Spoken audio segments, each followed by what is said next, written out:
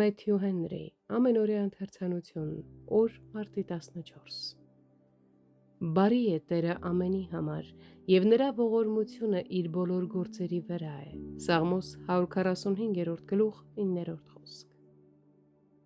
Բարի է, երբ նույն փորձության մեջ գտնվողները կամ մարմնի ու մտքի նույն տկարությունը կրողները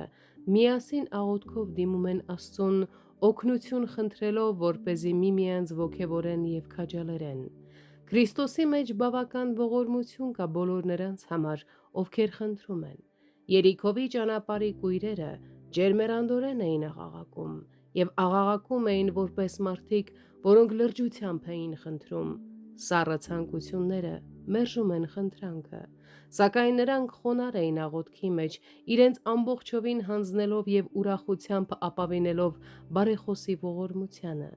Նրանք աղաչանքի մեջ հավատք ցուցաբերեցին այն կոչմամբ, որով դիմեցին Քրիստոսին։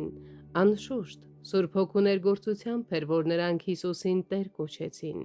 Նրանք համառ եղան իրենց աղաչանքների մեջ, քանզի այդպիսի մեծ ողորմություն էին փնտրում, և չտրվեցին ոչ մի երկչոտության կամ տատանման, այլ ջերմեռանդորեն աղաղակեցին Տիրոջը,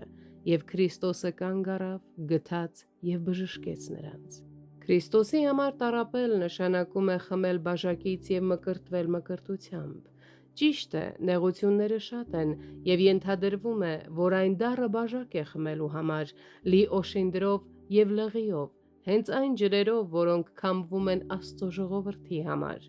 Իսկապես սարսուռ պատճառող բաժակ, սակայն ոչ կրակի և ծծումբի բաժակ, քանզի դա ամբարիշտների բաժինն է։ Իսկ մկրտությունը ներկայացվում է որպես մաքրագործում տառապանքի ջրերով։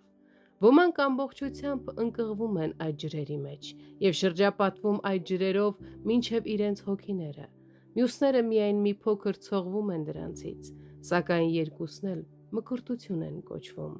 Ոմանք դրանց մեջ ծածկվում են, ինչպես ջրհեղեղի մեջ, իսկ մյուսները միայն թեթև թրջվում են, ինչպես հանկարծակի անձրևից։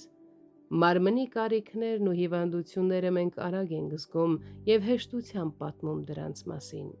բայց երանի թե մենք նույն զգացողությամբ գանգատվենք մեր հոգևոր հիվանդություններից և հատկապես մեր հոգևոր կուրությունից։